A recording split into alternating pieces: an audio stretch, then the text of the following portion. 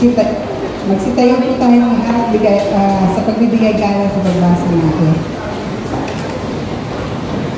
Makibuklat po kayo sa akin sa aklat ng Hope, chapter 38, verse 1 to 33.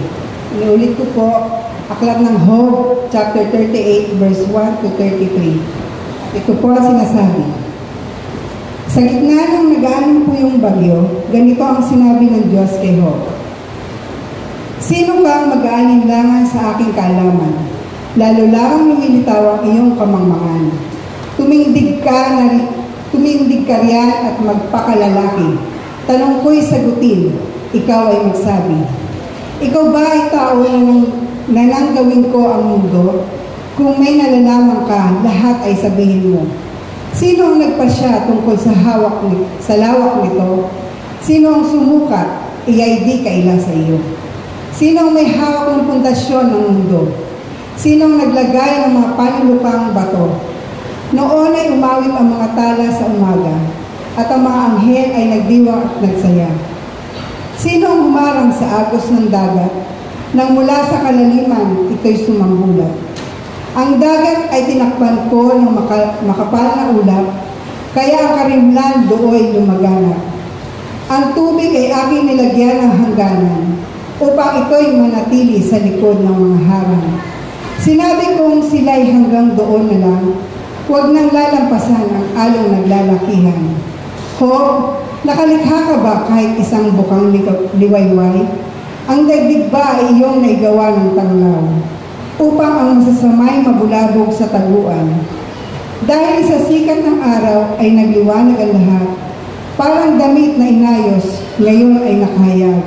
Sa liwanag ng araw, natatakot ang masama, pagkat ang karahas ay hindi nila magagawa. Napunta ka na ba sa pinagmumula ng bukal? Nakalakad ka na ba sa pusod ng karagatan? May nakapagturo na ba sa iyo sa pintuan na ang hantungan ay madilim na hukay? Nalalaman mo ba ang sukat nitong mundo? Kung may nalalaman ka, lahat ay sabihin mo. Alam mo ba kung saan nanggagaling ang liwanag o ang kadiliman kung saan nagbubuhat? Masasabi mo ba kung saan sila dapat humangga? O sa pinanggalingan kaya'y mapababalik mo sila? Ikaw ay matanda na, baka nga iyong kaya. Pagkat nang likhain ang daigdig, ikaw ay bata na. Ang taguan ko ba ng niebe ay nakikita mo? O ang aking imbakan na pauulaning yelo? Ito'y inihahanda ko sa pangangailangan sa panahon ng digma at ng kaguluhan. Napunta ka na ba sa sikatan ng araw o sa pinagmumula ng hanging silangan? Sino nga ba ang gumawa ng daanan ng baha? Ang landasin ng ulog ay sino ang lumikha? Sino ang nagbibigay ng ulan sa ilang, kahit na walang taong dooy tumatahan? Sino ang dumidilig sa tigang na lupa, upang ito ay sibulan ng damong sariwa? Ang ulan ba o ang hamog ay mayroong ama?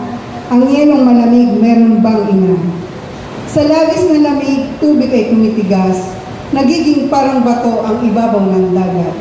Ang Pleiades ba'y iyong matatalian o ang Orion kaya'y mapaghihiwalay?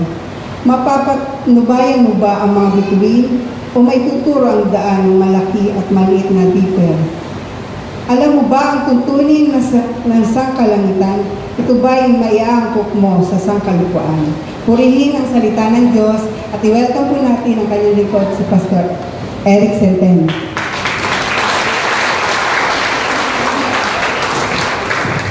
Amen. Tayo may manalangin sa Panginoon. Ama, maraming salamat po na kanina pa ay nararanasan ka namin. Salamat po, Ama, sa iyong presensya, sa iyong spirito, sa iyong kapangyarihan, O Diyos, na lumigit na po at kumikilos sa amin.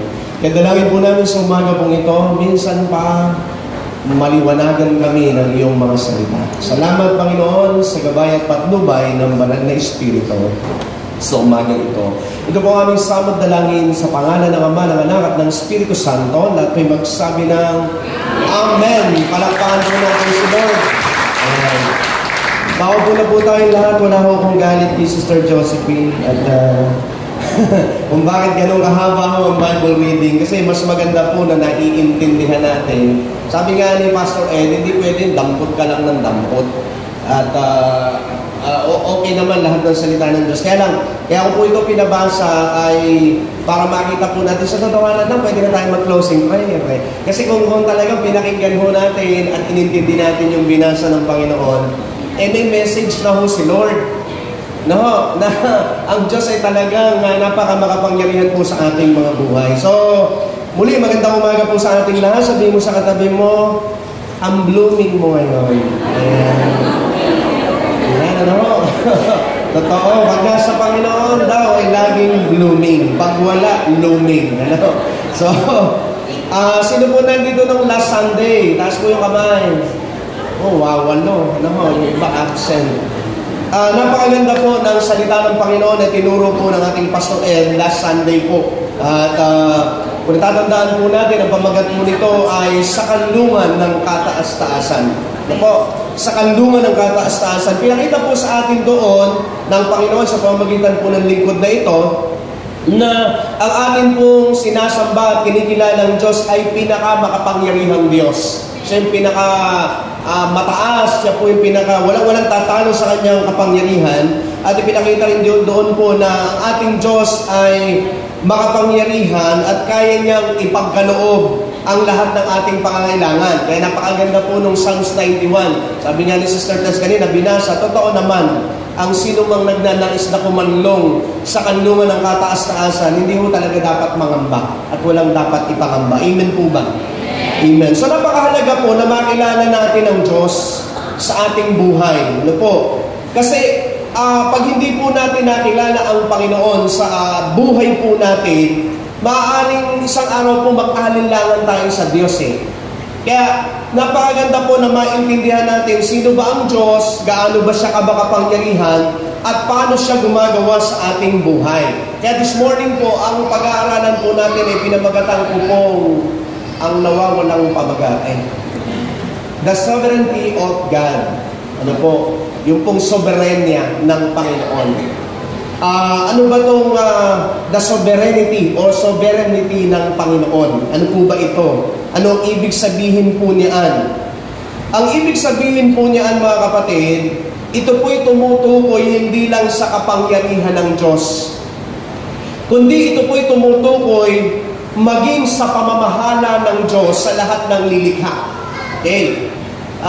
Ito po ay tumutukoy sa lahat ng aspeto po ng pagka-Diyos, kumikilos siya sa lahat ng sangnilikha. Pag sinabi pong sangnilikha, hindi lang po ito tao, kundi kasama po dito ang universe, ang galaxy, ano pa po, ano ba tawag doon sa pinaka, kasi kung talaga titignan po natin, napakalaki talaga ng nilikha ng Panginoon. Kasama po dito ang sa pinakamalaki hanggang sa pinaka-hanip. Alam niyo po ba yung hanip? Opo. Ito na naman ako. Alam niyo yung hanip? Nagana sa manok. Yung hanip po yung nanggagaling sa pag napisa na yung manok, yung itlog, may iwan po doon hanip. Kaya sinasabi ng iba, hanip ka talaga. Ito ibig sabihin hanggang sa pinakamaliit, hanggang sa pinakamalaki, ay ito po ay nasa pamamahala ng Diyos. Maging ang kitikiti, maging ang lamok, maging ang bulati, lahat-lahat po iyan ay nandoon sa soberanya ng Diyos o sa pamamahala ng Panginoon. May apat na pangunahing bagay po kasi pag pinag-aralan po natin ang kapangyarihan po ng Diyos o yung sovereignty ng Diyos. Ano po, nauutal ako dyan. So yung soberenya ng Panginoon ay marami po yan, hindi natin kayang tapusin sa loob ng buong buhay natin. Kasi doon lang sa binasa po ni Sister Josephine kanina, sa tanong lang ng Diyos kay Job, palagay ko natameme na itong si Job. Natameme na siya. So, ibig sabihin, ang power or ang kapangyarihan ng Panginoon, hindi natin kayang tapusin habang tayo nabubuhay. Pero ngayon po, may apat na bagay po na nakapaloob doon na gusto ko pong pag-aralan natin doon po sa kapangyarihan ng Panginoon na ito. Una po, yung tinatawag po na power. Power. Ang sabi po dito, mga kapatid, Yung power po na yan, siya ay may walang hanggang kapangyarihan at kontrol sa buong hagbudoon sang nilikha. Okay. Siya ang may walang hanggang kapangyarihan at kontrol sa buong sangnilikha. Ibig sabihin po, sabi ko nga kanina, lahat ng nabubuhay sa mundong ito, kumikilos ito, nabubuhay ito sa pamamagitan ng kapangyarihan at kontrol ng Diyos. Okay. Lahat yan. Minsan nahalimbawa ko po yung makahiya. Yan, nahalimbawa. Nakita na po ba kayo ng makahiya? Amen. O walang hiya ang nakikita natin. Yung makahiya, alam niyo po yung makahiya. Yung makahiya, yung damo na may tinik. Hindi ba kayo humahanga dyan? Tama, di po ba? Na kapag yung tinouch, siya po ay kukuyom. Di ba kayo nagtaka doon? Di ba? Ang galing ni Lord. Iyan daw po ay kasama doon sa sa power ng Lord.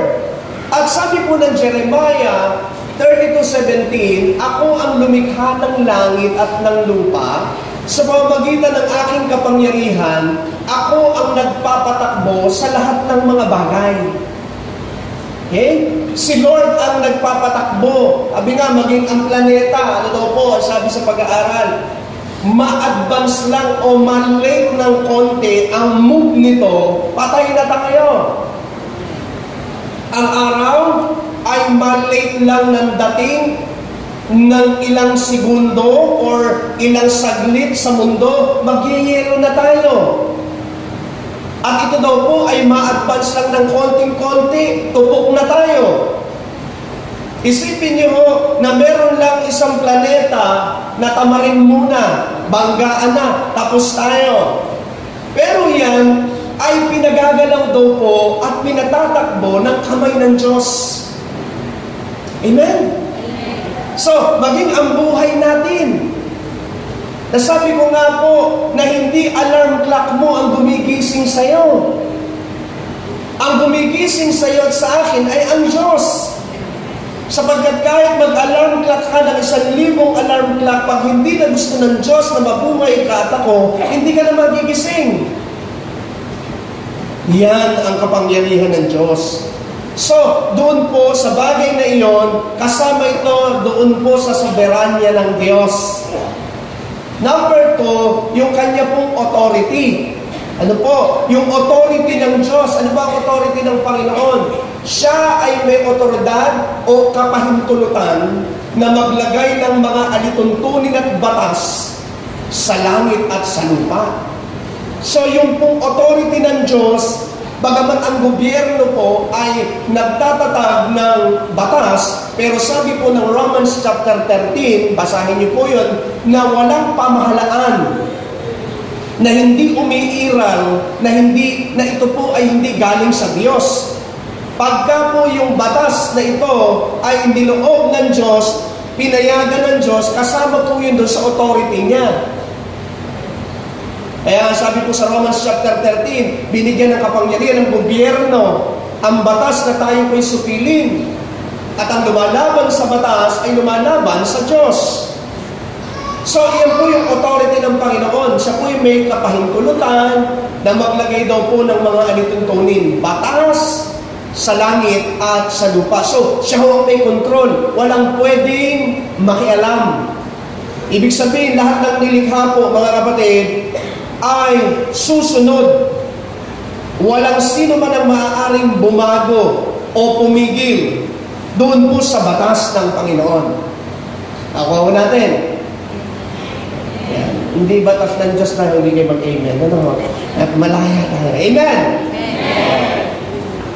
Ang sabi po ng Daniel chapter 4 verse 35, ang lahat ng mga tao ng lupa ay hindi makapagbibigay ng kahit ano laban sa Kanya. Walang pwedeng kumalaban sa Diyos. At ginagawa niya ang Kanyang kalooban.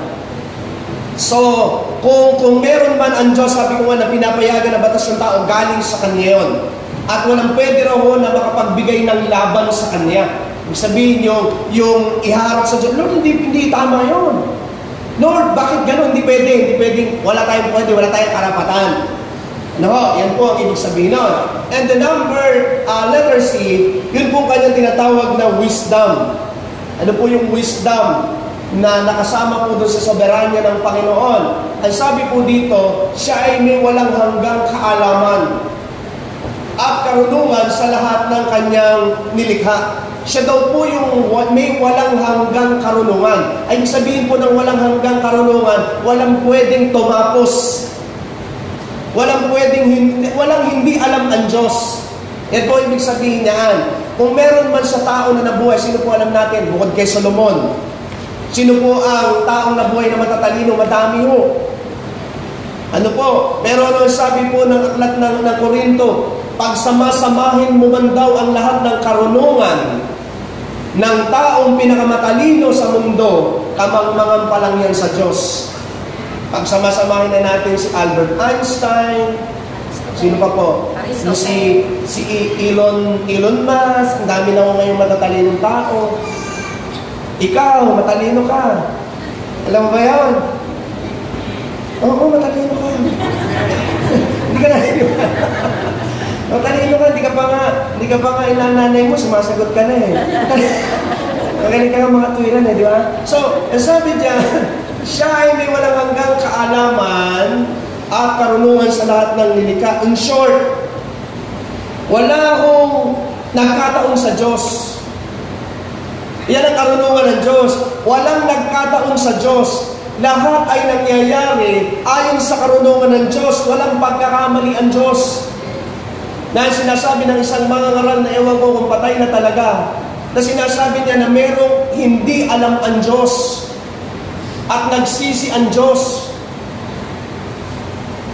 May pinakita sa verse na ang Diyos ay nagsisi dahil sinabi daw ng Diyos, bakit nilikha ko pa ang tao? Hindi mo nagsisisi ang Diyos doon.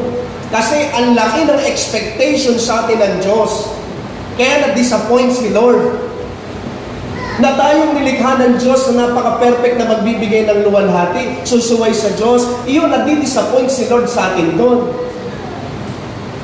Kung meron ng pagsisisi ang Diyos, pero hindi nagsisisi ang Panginoon, dahil kailanman walang ginawa at walang gagawing mali ang Diyos. Kaya may tsura ng mukha mo, kapatid mo, hindi pagkakamali yan. Pagkakamali pa yan, napakaganda niyan. Paano umibo? Yan ang pa. Di ba? Iyan eh, lagi natin kadidinig to. Napaka-perfect ng creation ng Diyos. Sa tao pa lang, hahanga ka na. Alam mo, inaaral ko po nung isang araw yung utak natin. Wala ko po kasing mag-doktor. Yung utak natin ay talagang inilagay pala ng Diyos na talagang very perfect ang nilalagyan niya.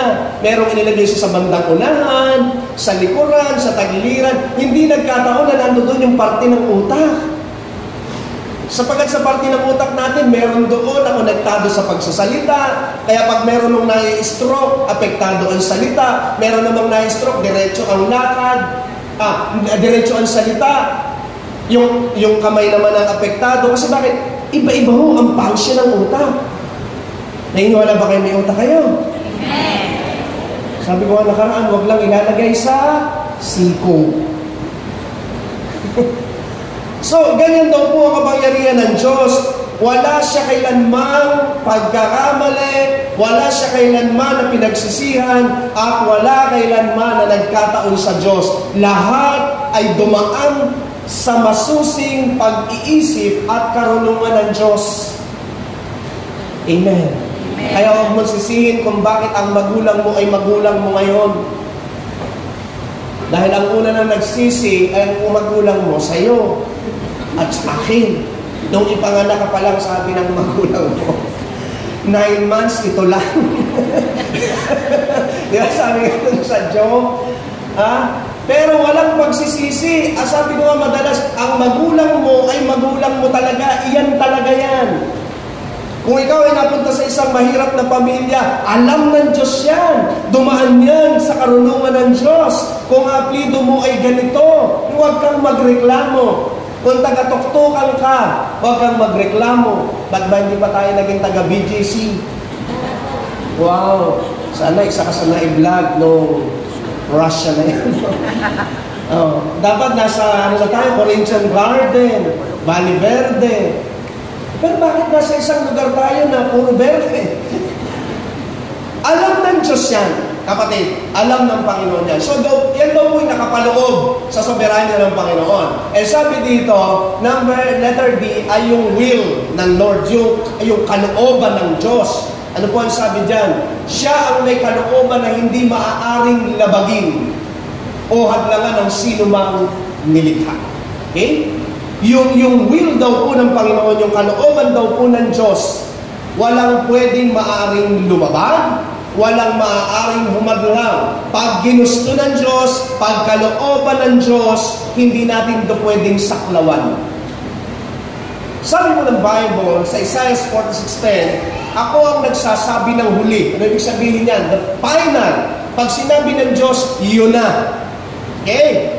At ito'y magaganap. Ang mga plano ko'y hindi mababago at ang aking kalooban ay hindi magbabago. So, ibig sabihin, kapag kalooban ng Diyos at niloob ng Panginoon, walang pwedeng pumadlang. Ngayon, ano yung aral? Ano yung moral? Ano yung message ng Diyos sa atin sa umagang ito? Introduction pa lamang po natin yun para makita natin ang power ng Lord. Pinundasyon natin sa Bible reading, yung power ng Lord. Kasi pag sinabi ko na po yung message natin, para hindi ka na magduda sa Diyos. Para amen ka na lang ng amen. Amen. Ano yung moral? Una, huwag tayong matakot sa nangyayari sa mundo. Kung ganoon pala ka makapangyarihan ng Diyos, kung ganoon pala na may kontrol ang Diyos sa lahat, sa mundo, sa universo, sa lupa, at sa lahat ng bagay, huwag tayong matakot sa nangyayari sa mundo. Sabi nga ni Sister Tess kanina, ang mundo'y punong-puno na ng pagkatakot at banta ng takot. Dati daw mo, ang pulis ang kinatatakutan. Una, hindi kinatatakutan. Ngayon, kinatatakutan na pulis. Ngayon, kinatatakutan na daw po ang mga writers. Para bang may mga banta. Pero, sinasabi dyan, huwag matakot sa nangyayari sa mundo, kapatid. Kung naniniwala tayo na walang hanggan ang kapangyarihan ng Diyos, wala tayong dapat ikatakot sa nangyayari sa mundo. Sabi niya ni Sister Tess kanina, di ba, ang Thailand na, yung nilindol. Ano po ngayon ang laman ng mga news? Ang presidente ay nagtutos, nahigpitan, ang mga permits sa mga building. Kasi bakit? Meron naman pinangangambahan, nabuhay na naman yung big one na yan. Natakot ba kayo sa big one? Inuulit ko. Natatakot ba kayo sa big one? Yun totoo. Natatakot kayo. Kulit mo, Pastor, hindi nga po. Hindi ko kasi madinig Kung natatakot tayo, balikan natin yung binasa ni Sister Josephine kanina. Ano po ang sabi doon? Sino ang may hawak ng haligi ng mundo? Sino ang naglagay ng mga panulukang bato? Sabi ganyan, pagpalagay na nakatira ka sa isang lupa na mahina ang pundasyon, sino ba may hawak ng mundo? Diyos. Sino ba nagpapalindol? Diyos. Nasa kamay ng Diyos ang lindol. Sabi ko kanina, hindi nagkataon na may lindol. Bagamat sinasabi na ito'y bunga ho ng climate change sa tumitindi ang init na nagkakaroon ng friction ng mga bato. At pag nagkaroon mo ng init, nagkakaroon ng friction, na ito po ay magkakaroon lilikha ng lindol. Pero ang Diyos ang may hawak ng lahat ng bagay. Bakit tayo matatakot? Hindi dahil sa lolokohin na lang natin, hindi totoo yung lindol na. Hindi sa ganun. Manalangin pa rin tayo na huwag dumapo or pumunta dito sa Pilipinas kasi sinasabi po, libo-libo ang mamamatay. Lalo na especially ho Metro Manila. At kasama ko doon ang Plaridel. Sapagkat ang Plaridel ay kasama sa fault line. Kasama ko ang Angat Dam. Tao ka sa munisipyo ng Plaridel, makikita nyo yung fault line doon. Sa pole. So pag bumitak po ang dam, kapatid, swimming tayo. At habang nagsiswimming ka, sumisigaw ka ng, Pero dapat ba tayong matakot? Oo, sabi ko nga, pray natin yan. Pero bakit tayong mangangamba? Bakit tayo matatakot? Gayong ang Diyos na makapangyarihan ang may hawak ng mundo. Amen ba? Yes. So hindi tayo dapat matakot. Natatakot ba tayo? After unang ng lindol kasi, ano daw nangyayari? Tsunami. Bakit tayo natatakot tayo sa tsunami? Totoo yun, sabi nila. Pero ano po ang sabi doon sa binasa uli ng kapatid natin? Ang dagat ay nilagyan ko ng hangganan upang ito'y manatili sa likod ng mga harang. Okay? Nakakita na po ba kayo ng dagat? Sino po nakakita na ng dagat taas ang kamay? Usapan lang po, pakiusap lang taas ang kamay. Sino po naman ang hindi pa nakakakita ng dagat personal? Taas ang kamay. Saan ka? Hindi ka nagtaas kanina. Nakakita tayo ng dagat. Nakakita ka na ba ng alon? Okay. Hindi ka ba, ako yung nagtaka, nung unang makakita ko ng dagat Hindi ako nagtaka kundi humanga sa Diyos. Hindi ba kay laki-laking alon, pero pagdating sa pampang, unti-unting humihina. Okay?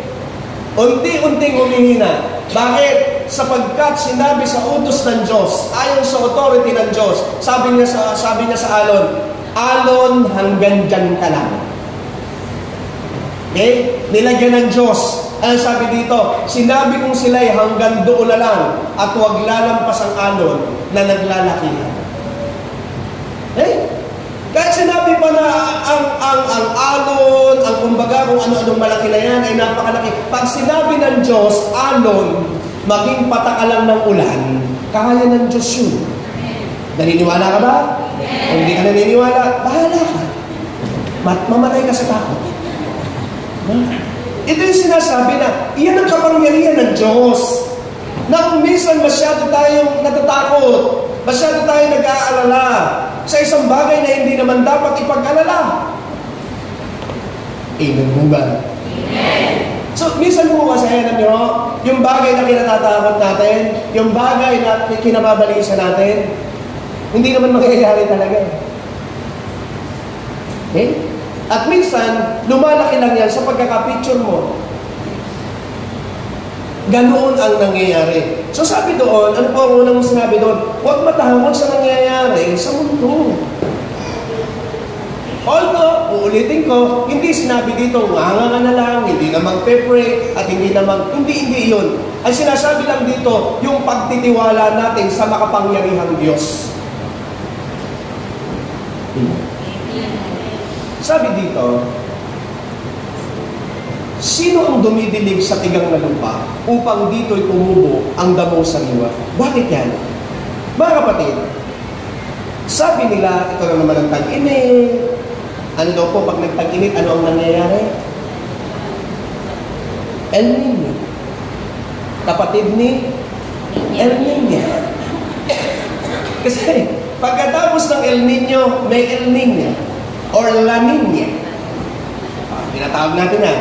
Ngayon, ang sinasabi dito, ngayon po, marami mong pag-aaral, pag ganito, ganyan. Kasi natatakot ang mga tao po, mga kapatid, na magkaroon na naman ng tagtuyot. Pag nagtagtuyot na naman, masisira na naman po ang mga pananim. Pag nasira ang mga pananim, ang kamatis, magiging magkano na naman. Ano ba inabot ng kamatis? Gano'ng kataas? 200. 200? Ang pinakamataas dati? Nag-200 lang ba? Alam mo, di ba, tumaas na gusto? 50. Magkano? 50. Sige. 600. Sabi ni Ate Tess, nag-600 pala kamatis. Ang hindi lang nagmahal, yung ilong natin mukhang kamatis yan, hindi na talaga magmamahal. Ngayon, bakit sinasabi to? Bakit ka mangangamba? Bakit tayo mangangamba? Ang sabi dito, mga kapatid, sino ang dumidilig sa tigang na lupa upang ito'y tumubo yung mga damong sariwa? Ibig sabihin, na kay Lord, na kay Lord ang ulan. Amen. At sa binasa ni Sister, hindi ko na talaga tinapos, hindi ko na sinunod lahat, kaya pinabasa ko na lang. Sabi niya doon, napakaiwaga na sinasabi ng Diyos. Bakit? Ikaw ba, nakita mo ba? May ina ba ang ulan? Ang yelo ba? Ang dami niyang mga sinabi dyan. Meron pang Orion. Alam niyo pa Orion? Sarap yun, Orion. May mga Pleiades. Pag binasa niyo po ako, makikita mo dyan ang mga, i-search mo na lang kung ano ito. Pero ako sinerch sa high dambuhala na napakatindi mo eh. Ito yung sinerch ko na yun. So, basta sinasabi lang po dito mga kapatid, huwag mag-alala, huwag matakot, dahil may Diyos tayo na may hawak at kontrol ng lahat ng bagay sa mundo. So, hindi tayo dapat matakot sa nangyayari sa mundo. Pangalawa, huwag tayong matakot sa banta ng tao. Huwag tayong matakot sa sinasabi ng tao. Bakit ho? Ang mundo po natin ginagalawan, bukod sa sinabi ng Bible, na ito po ay pinaghaharian na ni Satanas. Pero, hindi mo na makikita si Satanas ng literal. Kanino siya naghahari? Sa mga tao. Kaya may katabi mo, tanungin mo, napagharian ka na ba? Yung tao ay napagharian at ginagamit sa iyo. Ano dito? Sabi dito, ang mundo na ating ginagalawan ay halos kinukontrol na ho ng tao. Totoo yan. May dalawa hong kumukontrol sa mundo natin na tao. Makapangyarihan na mga tao at mayayamang mga tao. Totoo yan. Totoo, hindi? Totoo. Sila po ang nagpapatakbo. Dahil sila ay very powerful, dahil sila ay very kinikilala, makapangyarihan, kaya nilang paikutin. Buti na nga lang, hindi tayo taga-Pilipinas. Kasi sa Pilipinas, nangyayari yun. Buti taga-Giginto tayo. Totoo, nangyayari yun. Tama po ba? Bakit? Sinabi na po sa Bible yan, na ang katarungan ay hawak ng mayayaman. Na kung ganoon ang sitwasyon ng mundo, mga kapatid, kung wala tayong Diyos, talo tayo. Pero sinasabi dito, mga kapatid, kung naniniwala tayo sa authority ng Diyos sa buhay po natin, hindi tayo dapat matakot sa pananakot at pagbabanta ng tao sa atin. Parang takot na kayo. Sabi ng Job 38:33, alam mo ba ang batas ng langit? Ito ba'y maiaangkop mo sa daigdig? Sabi ng Panginoon dito kay Job. Kasi ang konteksto po noon, yung binasa ko ni Sister Jo para makarelate po kayo, puro reklamo kasi si Job. Kasi sinasabi natin si Job ay nagkaroon ng pagsubok, pero nung huli, nadala ho kasi siya ng mga kaibigan niya. Na siya po'y sinulsula na kaya ka Job nagkasugat, kaya ka nagkaganito, kaya naubos ang kayamanan mo, may nagawa kang kasalanan. So, kinondisyon siya ng mga kaibigan niya. Naniwala naman siya. Kaya nung bandang huli, nagtatanong na siya sa Diyos. Nagdududa na siya sa Diyos. Kaya sinagot siya ng Panginoon doon sa chapter 38. Kaya sabi niya mo dyan, alam mo ba ang batas ng langit? Ito ba'y maiaangkop mo sa daigdig? Sabi dito, mga kapatid, tandaan natin ito. Kahit iharap pa tayo sa hukuman ng tao, pero pag ang hukuman ng Diyos ang kakampi natin, panalo ba kapatid? Amen. Tandaan niyo. Kahit saan ka pa iharap, kahit sa ICC ka pa iharap, kahit anong banta, kahit ano pa na mga bagay, pag ihaharap sa atin, ang sabi dito ng Panginoon, hindi mo maiaangkop. Iba kasi ang batas ng langit. Pag sinabing batas ng langit, authority ng langit. Amen. Walang pwedeng bumalik sa otoridad ng langit. Sabi po dito, Romans 8:31, ano pa ang masasabi natin tungkol dito? Kung ang Diyos ay panig sa atin, sino ang makalalaban sa atin? Amen. Kung ang authority ng Diyos ay pumanig sa atin, kapatid, kahit sino ang kaharap mo, kahit pinakamakapangyarihan pa yan, kayang patiklupin niya ng Diyos. Huwag nating hangarin na kampihan tayo ng tao. Ang hangarin natin, kampihan tayo ng Diyos.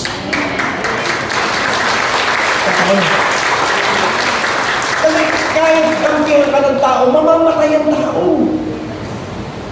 Kahit kampihan ka ng pinakamakapangyarihan, mawawala sa posisyon yan.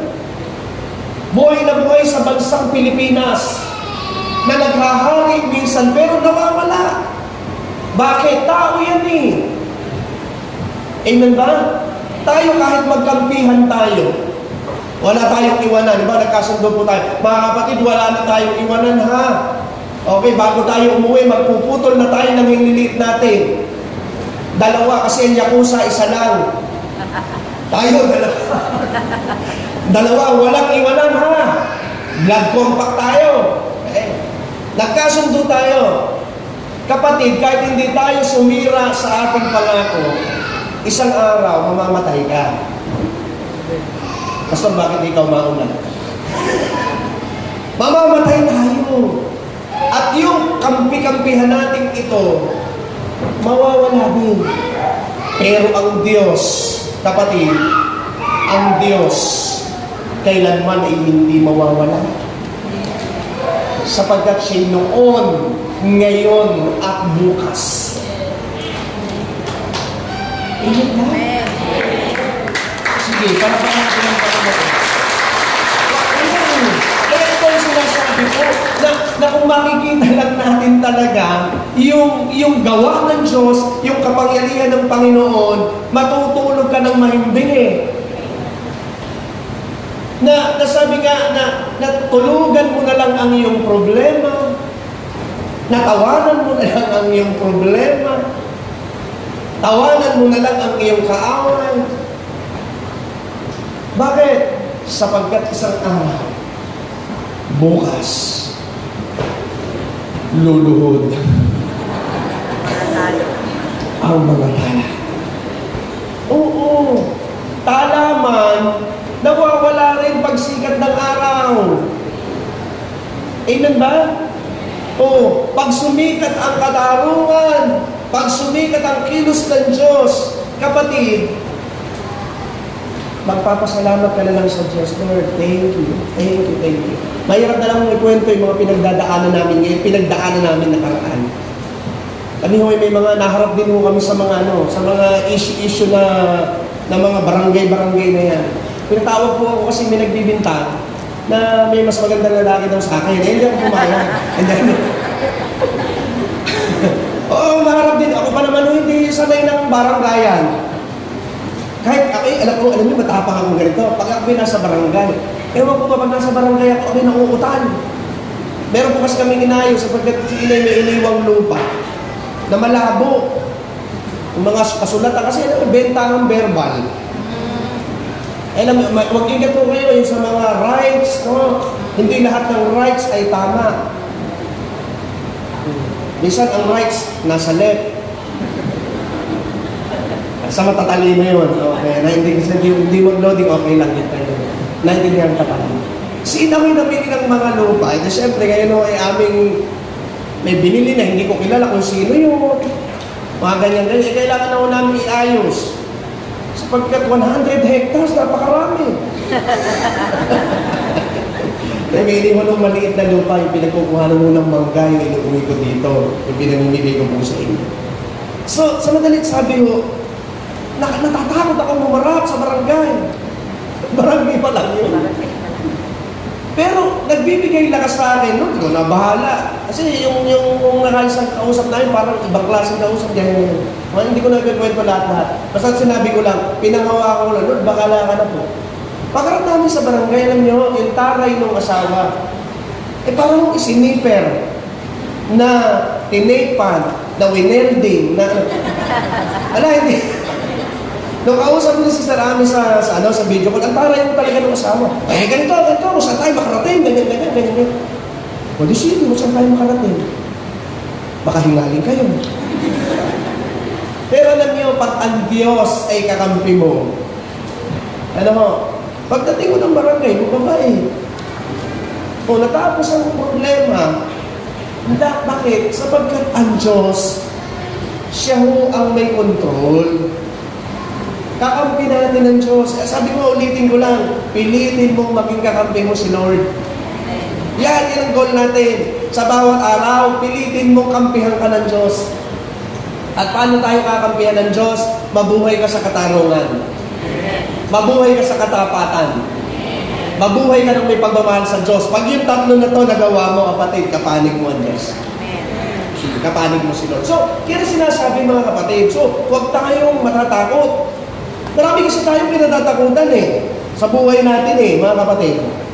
Kaya nga, pag kahit tao, huwag yan. Number 3, ano sabi dito? Huwag matakot sa araw ng bukas. Okay? Ano po ba ibig sabihin ng matakot sa araw ng bukas?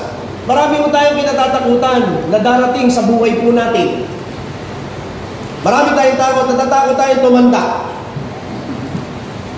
Natatakot tayong tumanda. Ano ang tanda ng isang taong takot tumanda? Tanungin mo kung ano ang edad. Sabi sa'yo, secret. Secret. Or change topic.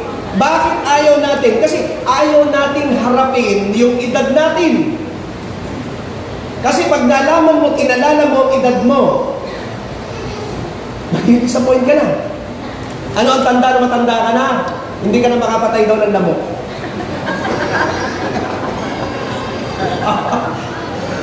Kasi di ba kapag ikaw ay bata-bata, talagang hindi nga kampalan ginagawa mo eh. What's up? Kaya pag nasa kotse, pag may nakapasok sa likod sa lamok, pag nahuli kita, kakainin kita. Sabi siya sa amin, gawin mo ha. Pag daw hindi mo na kaya na pumatay ng lamok sa pamagitan ng palo, matanda ka na.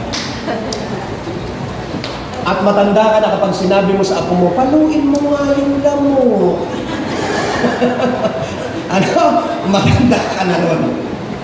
Ano pa raw sabi sa FB, kapag ang pabango mo ay hindi na pabango. Diba?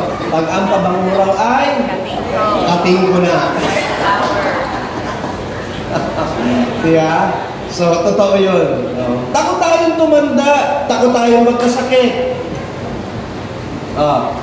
Ano ang tanda na takot tayong magkasakit? O, tapos sila Kuya Noli. Uso ngayon yung mga diet. Bukod sa Kuya Noli, asawa niya si Ate Diet. Nagda-diet siya. Double diet. Bakit? Kaya nga nauso mga kapatid yung mga ano na yan eh, yung mga exercise, sila Zumba, di ba? Iba nga, sabi ko, ano yung exercise ng iba? 1, 2, 1, 2. Ano? Bakit nauso? Dati naman, nung mga bata mo tayo, wala namang mga ganyan. Tama? Yung mga idaran ko, ang mga exercise doon, di ba? Ligo lang sa batube. Paghulong lang ng tricycle, may gaganon mo. Bakit ngayon? Kasi marami ng sakit eh. Di po ba mga kapatid? Dati ang laro namin, mga barilan. Di ba nakalaro ng barilan nun? Yung ang gamit kamay. Yung bang! Yung hindi ka patay hanggat may nakakatago ka sa isang tingting, nakakatago ka. Patay ka doon pag wala kang pinagtataguan. Tama po kayo. Maumamin kayo, kaigad nyo kayo. Iyan na eh. Maraming tao, takot tumanda, takot magkasakit, takot mamatay. Bakit ko nasabi? Natakot tayo mamatay, di ba? Ang dami nating mga iniinom na gamot, may mga food supplement, anti-aging, anti-rush, antay kung ano-ano, ininom na natin. Bakit? Natatakot tayo. Natatakot tayong mawala ng pera. Takot ba kayo mawala ng pera? Yung totoo, huwag tayo maging plastic. Takot tayo mawala ng pera. At kaya nga ang tao ay takot mawala ng pera. Pansinin niyo po, dumadami na ngayon ang mga modus para lang kumita ng pera. Dati, ang uso lang, nung bata ako sa amin, ang pinakausong krimen, nakawan ka ng bata. Uso ninyo nakawan ng bata. Sa amin ho, pag sinuga mo bata mo, pagbalik mo, makikita mo doon balat na rin. Noon, ganun, ngayon lahat. Huwag kang mag-iiwan ng isang bagay. Mawawala yan. Tama ba? Oh, takot tayo eh. Ngayon, bakit? Bakit tayo natatakot? Bakit nangyayari ito? Kasi, alipin tayo ng mga nakikita natin sa ating buhay. Ang sinasabi dito, bakit tayo matatakot? Kapatid, huwag tayong matakot dahil alam ng Diyos ang bukas natin. Kilala tayo ng Diyos. Ang sabi ng Bible, awit 139:6, nagtataka ang sarili, alam mo ang aking buhay. Di ko kayang unawain ang iyong karunungan. Kapatid, kung merong mas kilala, mas may kilala sa atin. Tayo ba, kilala niyo na ho ang sarili niyo? Nakakita tayo minsan na hindi ko nakilala ang sarili ko. Dumating ka ba sa punto ng buhay niyo yun? Pag daw, ano daw ang tanda na hindi mo nakilala ang sarili mo? Pag hindi mo na nakokontrol ang sarili mo. Okay? Hindi mo nakilala. Bakit? Pag kilala mo ang sarili mo, kaya mong kontrolin pa yan. Darating sa punto ng buhay na parang hindi na natin kilala ang sarili natin. Pero ang Diyos, kilalang kilala tayo. Sabi sa Psalms 139, kung babasahin niyo po yan, sabi na, saan ako pupunta? Saan ako magtatago? Kung pumunta ako sa silangan, nandun ka. Kung pumunta ako sa kanluran, nandun ka. Ano po? Sabi po diyan, babasahin niyo yan, ako yung nakita na, hindi pa man sinisilang. Batid mo kung ilang taon, ang haba ng aking buhay. O huwag tayong matakot. Pag mamamatay. Tama po ba? Kahapon sa Sipat, may nagpatotoo doon na isang umaten sa atin, latilan siya umaten. Alam niyo ho, na ang bitukan niya ay napakaliit na lamang. Sino po ba dito ang nag-aral ng medicine? Paktas na po naman. Ala, huwag niyo ko kontra, sasabihin ko. Ang bitukan natin, ilan daw meters pag inilatlan? Ilan? Yung bitukan, may search na ho, para andan. Hindi ko rin ito na-search, naalala ko lang yun. Ang bitukan natin, napakahaba po niyan. 3 bus. Yun daw, 3 bus. Isipin mo po yan, ha. Sabi na sa Tinoni, kasi sa Tinoni po, yan, na napasok na hospital. Sige po, pwede sumagot, ha, mamaya na. Ngayon, sige, palagay na yun, ilang meters yun. Yun ho, kapatid natin, nagkaroon po siya ng bukol dito sa daanan ng pagkain. So, pag siya po ay papasok ang pagkain, iano agad niya, lalabas agad. Ngayon, nagpa-endoscopy siya kasi akala niya ano po siya, yung acid lang. So, nung nilagyan po siya nung camera, ano ka tawag doon? Yung cellphone, ipinasok, camera, pinasok po yung nakita ho, may bukol. Sa madaling sabi ho, 1 taon siya sa PGH ayon sa kanyang patotoo. Tapos dumating ang panahon na i-decide na lang ng doktor, iba-bypass na lang ang pagkain niya. Parang may iikutan na lang dito. Irarekta na lang. Okay. Baka kakain pa rin siya, kaya lang ho, mga kapatid, napakalit na lang na portion. Tapos, kailangan siyang injekan ng pampatunaw kasi wala nang yung natural na acid. Yan. Ngayon, ayon sa kanya, pero pag nakakausap niyo siya, mas madaldal pa sa akin. madaldal pa sa akin. Hindi mo isipin na gano'n ang kalagayan niya. Pero, ano ang sabi niya? Pero 1 taon mo siya. At pagpasok na sa emergency room, nilagay siya sa parang freezer. Kasi para hindi mag-react daw yung bacteria. O, ilan na? Nakita niyo na ha? Ilan? Tama ba? 50 na bus? 15 meters. 3.5 meters. 8.5. Pero kahit na, di po ba? Oh. Meters po yan, meters ano po. Ang meters po ito, 36 inch, 1 yard. Alam po yun ang meter. Sa mga nagko-construction, tama po ba? 1 meter, 36 inch. Oh. Isipin niyo po, 8 ganyan. O kahit na hindi 3 bus, hindi, baka yung bus laruan lang eh. Pwede na rin. Hindi, pagpalagay na, huwag na yun. O. Doon na lang sa, okay, 7.5 na lang meters, palagay na. O. Isipin niyo po yun, haba nun. Sabi ko siguro, kaya pala malaki yung tiyan ko. Mataba bito, kamo, kaya ganyan. Hindi ka, ganito. Ba't ko ito binabanggit? Alam niyo, na-detect ko siya, 2022, I think, sabi niya, hanggang ngayon buhay. Hanggang ngayon buhay. Yung nagkantong po sa inyo taga sa amin, nagsaksakan, double blade, ang ginamit. Watch out. May tunog pa yung mas maganda kasi may action tsaka may tunog. Lumabas ang bituka. Nalaglag. Pinulot. Sabi niya, kaya mo ito. Hindi. Pinulot niya. Nabuhay pa. Pero ngayon patay na rin. Hindi, matanda na kasi. Lola ni Sister Yol, yung kaklase ko. Kasi matatapang mo mga Domingo sa amin. Ba't ko sinasabi to? Marami tayong kinatatakutan sa buhay, pero mas alam ng Diyos ang detalye ng buhay natin. Amen ba? Kaya wag tayong maubos sa pag-aalala. Wag tayong matakot. Sabi nga dito, kung meron man daw po na higit sa lahat na dapat natin katakutan, yung mawalay tayo sa Diyos.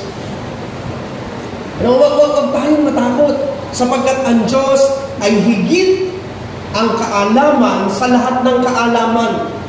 Maaaring alam natin ang mga bagay na makabubuti at makasasama sa atin. Yan, ulitin ko yan, sila Kuya Noli. Alam ni Kuya Noli yung bawal na sa kanya at hindi. Pero mas higit na mas may alam ang Diyos doon sa makabubuti pa rin sa kanya at hindi na makabubuti.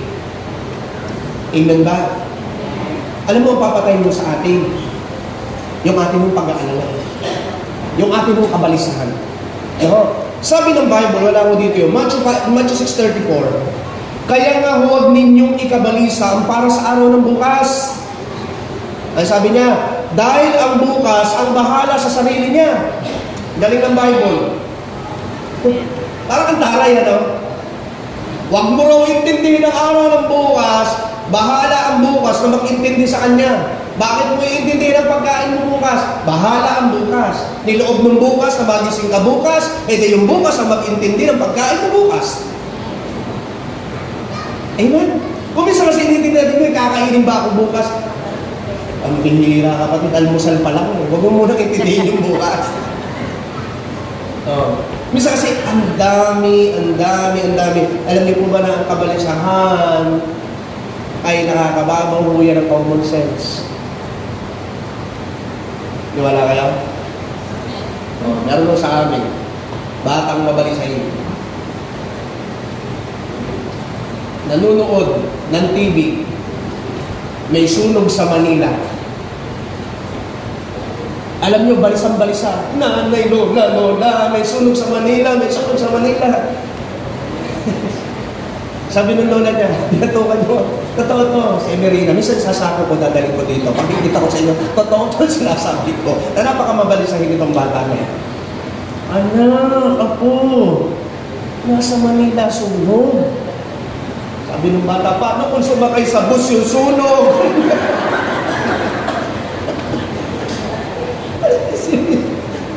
Nasa Manila. Sasakay ang sunog sa bus at dadaan sa kanila. Hindi ba minsan? Totoo na, nakakatawa, pero minsan, yung inaalaala natin, minsan hindi naman dapat alalahan. Yung inaalala natin, nakapipigil ng kaligayahan natin sa buhay natin. Ano na tayo nang bakit buhay ka pa mabuba? Nag-aalala kayo problema mo, bakit bukas tsak mo ba na ikaw buhay pa? Dahil iniisip mo nga yung masarap ng ulam, bakit? Ito, tabi-tabi, sabi ng matatanda, huwag namang mangyari. Bakit iniisip mo yung ulam niyo, bakit? Baka mamaya, tumuhin ka ng kalsada, nasa galakan ka na, patay ka na pala Pero sabi nga, huwag namang mangyari. Sapagkat masarap na kunin ng Diyos na naglilingkod sa Panginoon. Diba? Amen? Pag-joke lang kayo nakakatawa, nakainin. Last, huwag magduda sa plano ng Diyos.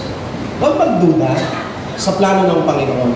Marami tayong mga plano sa ating buhay, pero mas maganda ang plano ng Diyos sa atin. Hindi ba? Marami tayong plano. Lahat tayo may plano tayo. Wala akong taong walang plano. May toyo ka, may plano eh. Paano ko ba huhulihin yung langaw? May plano yan. May plano. Lahat tayo may plano. Pero mas maganda daw po ang plano ng Diyos sa atin. Sabi ng Bible, napaka-common and very, palasak, pero napakaganda ho talaga nung ilalaman ito.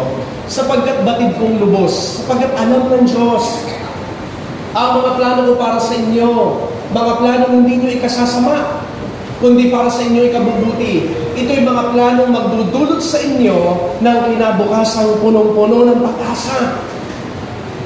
Hello? Ang ganda. Siguro sasabihin nyo, Pastor, bakit maganda pala ang plano ng Diyos? Bakit ganito nangyayari sa buhay ko? Bakit may sakit ang nanay ko? Bakit natanggal ako sa trabaho? Bakit humihina ang ganito? Lahat. Kapatid, bahagi iyan. Lalo lumalakad tayo sa kalooban ng Diyos. Make sure, lumalakad tayo sa kalooban ng Diyos, sumusunod tayo sa kalooban ng Panginoon, at may nangyayari na parang hindi natin maintindihan. Isa lang ang tandaan mo, pinoproseso ng Diyos ang plano niya sa buhay mo. Amen. Dahil minsan kung nabanggit ito, sabi nga, minsan sisirain ng Diyos ang plano natin para ang matupad ay ang plano ng Diyos. Amen. Minsan, hindi talaga magtatagumpay yung plano mo. Kasi bakit? Mas maganda ang plano ng Diyos. Minsan, parang bakit matatanggal ka sa trabaho? Kasi dadaling ka sa mas maganda. Amen? O minsan parang bakit ganito? Bakit ganyan? Marami tayong bakit sa sarili natin. Marami tayong bakit nangyayari at bakit ganito at bakit ganyan. Pero isang araw, kapatid, masasabi mo hindi na bakit. Ano na ang masasabi mo? Kaya pala. Amen? Kaya pala. Kaya pala ganito, sapagkat bakit? Pag nakikita mo na ang resulta ng plano ng Diyos, hahanga ka na sa kapangyarihan ng Diyos. Pero habang wala pa ang resulta, humanga ka na sa Panginoon. Amen mo ba? Palakpakan natin ng Diyos.